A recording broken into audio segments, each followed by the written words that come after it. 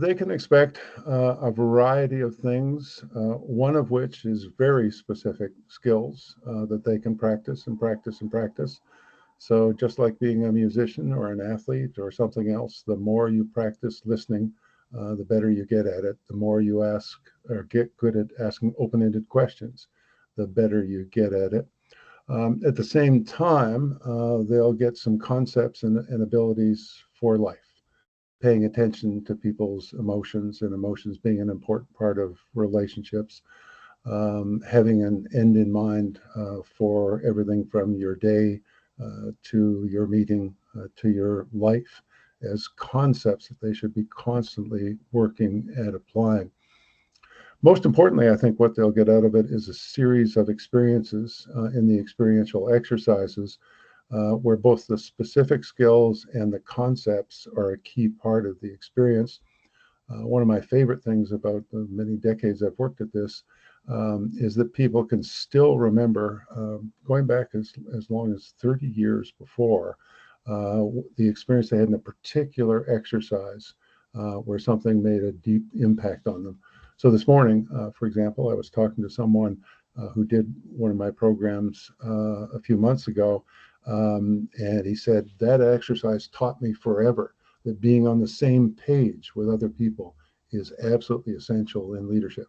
And so that was months ago, and he still remembers vividly the experience of how the exercise taught him that. The other thing that's important is that you can have fun being a leader. So this is a very serious program, and the skills and abilities we're trying to give people are things that they can take with them for their whole life. But we also work with the concept of paradox in this program. So one of the important paradox ideas is serious fun. So sometimes when an exercise hasn't gone very well, but when you look back on it and you have some learning from it, you also realize you, with the benefit of hindsight, you did some silly things. So we could have healthy laughter about some of the things that happened.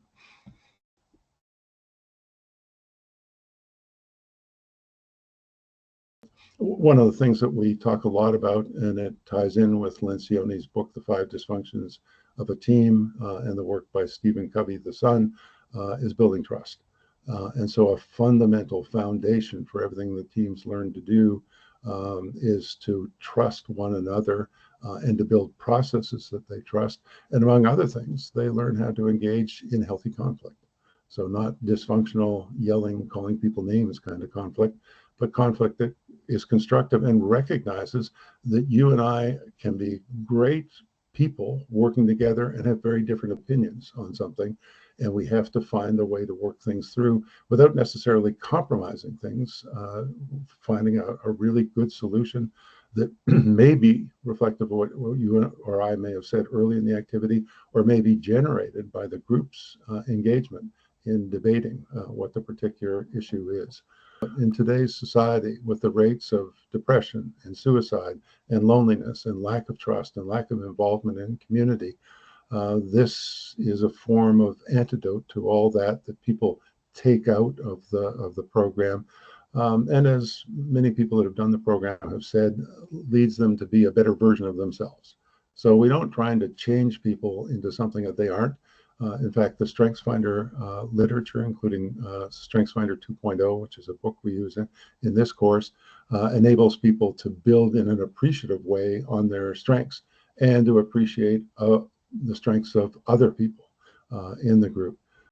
And so that ability to trust and have reliance on other people and build a situation where the whole is greater than the sum of the parts, that becomes very real in this course. So the commitment to working groups, to engage other people, to listen to other people, once again, is not something where people are reading from a textbook to remind them, but they genuinely from their heart know that this is the best way to work, and also from their logical brain. So we engage both the logical and the emotional parts of our brain in making this course work, which also ties in to the emotional intelligence, which is fundamental.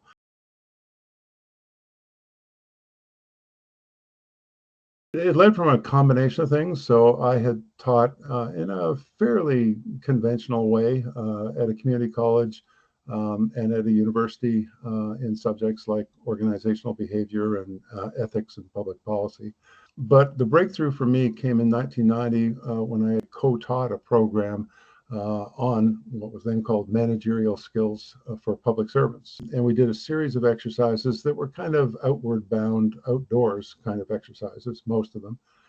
And what I found was the level of learning and the level of retention and the emotional involvement in doing debriefings, whether you did really well or did really poorly, was phenomenal. And people had fun and got involved and engaged. So I came away from that thinking, all right, what if I could do something similar in concept and do it indoors? So in December of 1990, I got an opportunity with a risk-taking kind of company that wanted to get better and on the people side. So I introduced this program, and the level of learning and the engagement was off the charts.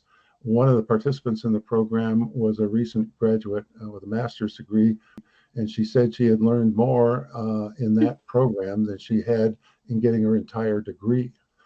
So since then, with organizations that are really willing to commit to becoming better, and in selected university programs, including a number that I've done at Mount A, this is the program that is my favorite program because of the learning and the retention of learning.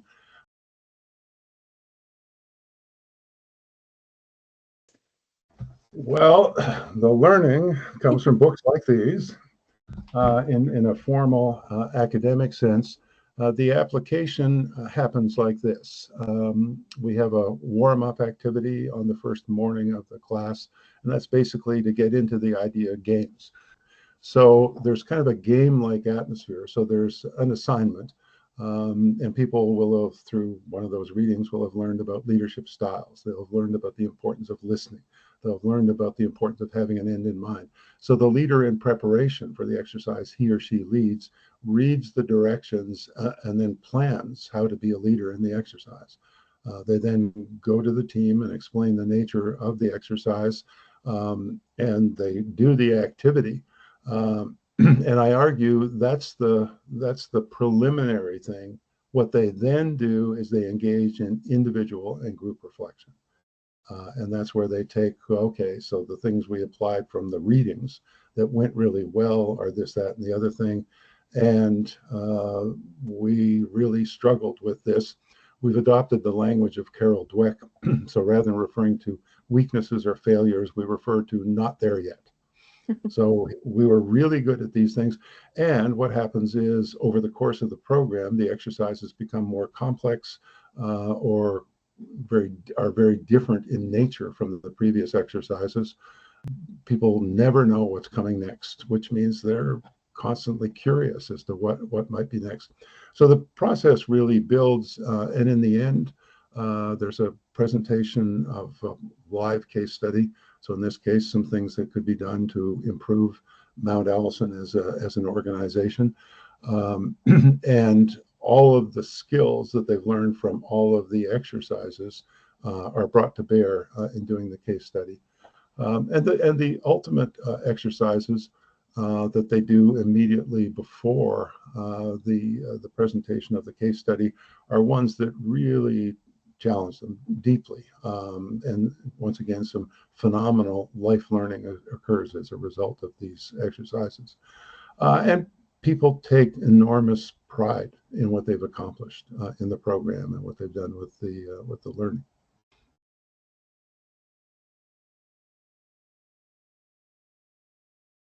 I'm excited to be back at Mount Allison. I have a passion for Mount Allison. And I love the opportunity to give back to the place that those decades ago gave me an important foundation for everything I've done since. The other thing I really like about doing it at Mount A and in the summertime is it's a wonderful time to be on campus. The campus is beautiful. There's an opportunity to go for a walk on waterfowl when you need a break, because the program is very intensive. And the opportunity to develop a real sense of community in the class is very strong. So that's basically what we had in last year's first version of this program as a part of extended learning. And so I look forward to doing that again, but in a different way. I mean, the real cool thing about having done this for 35 years is no two groups are ever the same. There's always different personalities and situations and so on. So I'm looking forward to a sense of a really great learning environment for life, a real sense of community, some laughter and fun, and changing people's lives.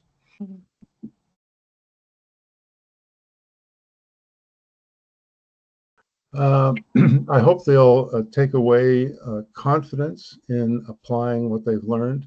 So it's not just something that they've read in a book, but they've actually had an opportunity to apply it. I'll hope they'll take away curiosity as to what they can do to extend this learning and to make it more a part of their whole lives, their work lives, and the rest of their life.